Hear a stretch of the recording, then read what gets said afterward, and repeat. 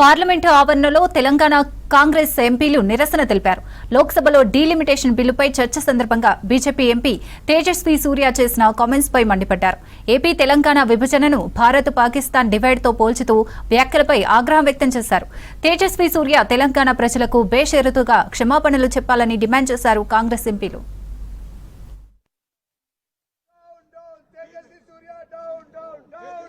సూర్య గారికి మతి పోయిందనే చెప్పాలి. ఆయన ఏం మాట్లాడుతున్నాడో ఆయనకి సంబంధం లేని విషయాల్లో కూడా ఆయన తలదూర్చి ఏదో పబ్లిసిటీ కోసం మాట్లాడుతున్నారు. ఇట్లాంటి చిల్లర రాజకీయాలు చేయొద్దని చెప్పి వారికి హెచ్చరిక. మరో ముఖ్యమైన అంశం ఏంటంటే దీన్ని ప్రోత్సహిస్తూ కిషన్ రెడ్డి గారు వారికి ఎంకరేజ్మెంట్ ఇస్తున్నారు. ఇది ఎంతవరకు కరెక్టు? కిషన్ రెడ్డి గారు తెలంగాణ ప్రజలు మీకు ఆశీర్వాదం ఇస్తే ఈరోజు మీరు మంత్రి అయినారని చెప్పి మర్చిపోతున్నారు. గత 10 సంవత్సరాలు మంత్రి ఉంటే మీరు తెలంగాణ కోసం ఏం చేసిండ్రు, ఏం నిధులు తీసుకొచ్చిండ్రు, ఏం న్యాయం చేసిండ్రు? ఒక్క లాఠీ చార్జ్ అయినా పడ్డదా మీ మీద? ఒక్క తెలంగాణ యాజిటేషన్లన్నా మీరు పాల్గొన్నారా? ఏమి అర్హతతోటి మీరు ఈరోజు మంత్రిగా కూర్చున్నారు? ఇమ్మీడియట్లీ మీరు రిజైన్ చేయాలి ఆ పొజిషన్ నుంచి. మీకు తగినది కాదా పొజిషన్ అని చెప్పి మేము క్లియర్ గా డిమాండ్ చేస్తున్నాము. జై హింద్, జై Telangana.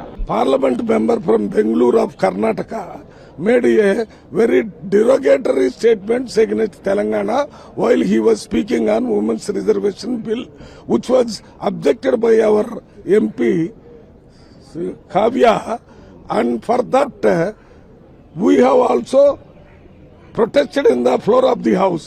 But during the reply on that, Mr. Surya justified his statement. Again, Mr. Kishan Reddy, he also justified the statement of the Mr. Surya, though it was very derogatory. He made a statement saying that India Pakistan separation jaisa hua waisa Telangana और Andhra का separation हुआ. ऐसा ये previously another alliance MP told that separation day is a black day. That means all BJP and alliance partners are against Telangana.